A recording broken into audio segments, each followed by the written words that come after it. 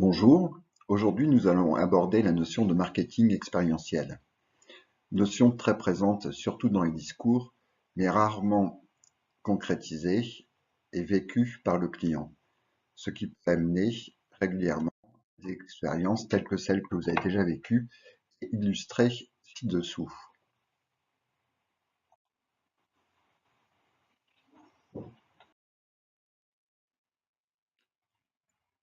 Le consommateur en ce début de siècle est blasé, saturé d'offres, de promotions, de publicités, de sollicitations de toutes parts. Des produits finalement peu différenciables, donc le consommateur s'ennuie, il veut qu'on le surprenne. À quoi est-ce dû? Le paradigme d'hier repose sur l'économie de commodité.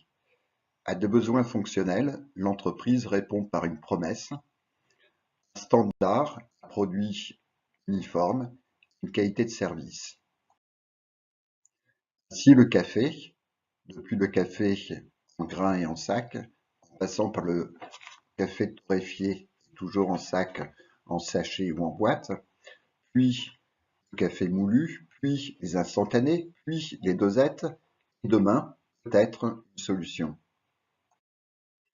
Les entreprises se sont surtout préoccupées de développer le produit et bien sûr de dépenser beaucoup d'argent en termes de marketing dans les budgets publicités.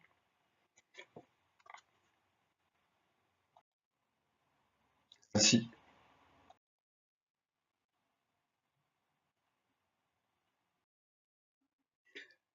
de l'uniformité naît l'ennui.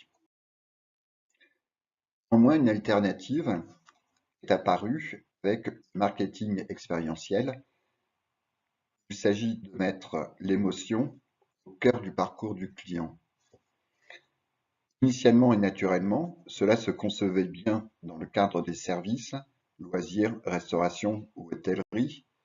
Il semble aujourd'hui qu'il trouve sa place dans les activités de vente de biens, par exemple chez Sephora ou encore chez Nespresso. Le paradigme de demain repose sur l'économie expérientielle, l'expérience client. Face à des besoins émotionnels, il s'agit maintenant de répondre en allant au-delà des attentes, en anticipant les attentes du client.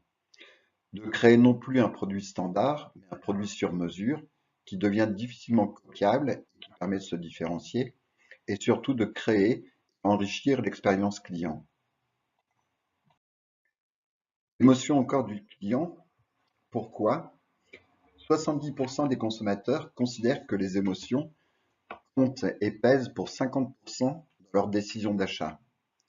8 consommateurs sur 10 ayant vécu une expérience positive en ont parlé autour d'eux. Alors comment faire pour enchanter?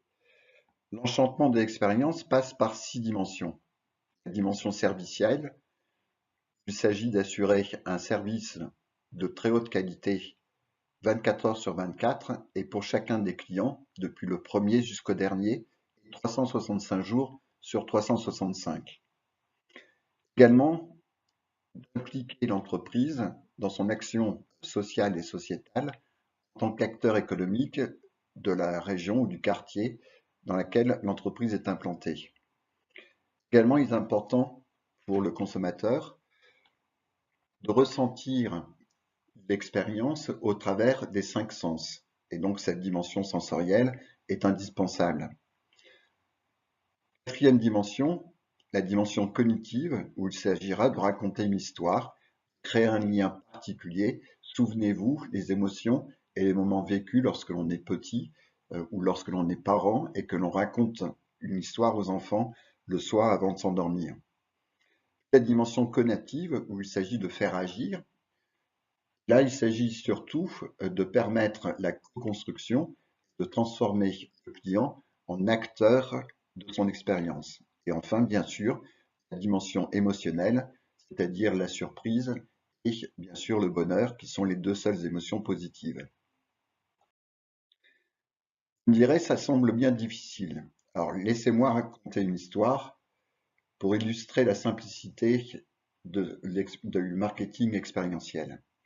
C'est l'histoire d'un jeune couple avec un enfant en bas âge qui, après un séjour à Barcelone, quitte l'hôtel, en voiture bien sûr, et arrivé à la frontière, catastrophe, cataclysme, crise de nerfs, le petit a perdu son doudou. La maman désespérée tente de le consoler et en dernier ressort se dit « Tiens, pourquoi pas appeler l'hôtel ?» C'est alors qu'elle appelle l'hôtel et l'hôtesse d'accueil lui signifie qu'effectivement, après le check de la chambre, on a retrouvé le doudou. Donc ils vont se faire un plaisir de renvoyer le doudou au domicile des parents. Quelques jours après, les parents reçoivent un colis dans lequel ils trouvent un paquet cadeau avec le nounours, accompagné d'une carte postale montrant le doudou qui a vécu un excellent séjour et qui a bien profité de Barcelone, mais maintenant qu'il s'ennuie, on le renvoie au petit garçon. Vous imaginez bien sûr le bonheur retrouvé du petit et la satisfaction de la maman. Alors, c'est facile, non?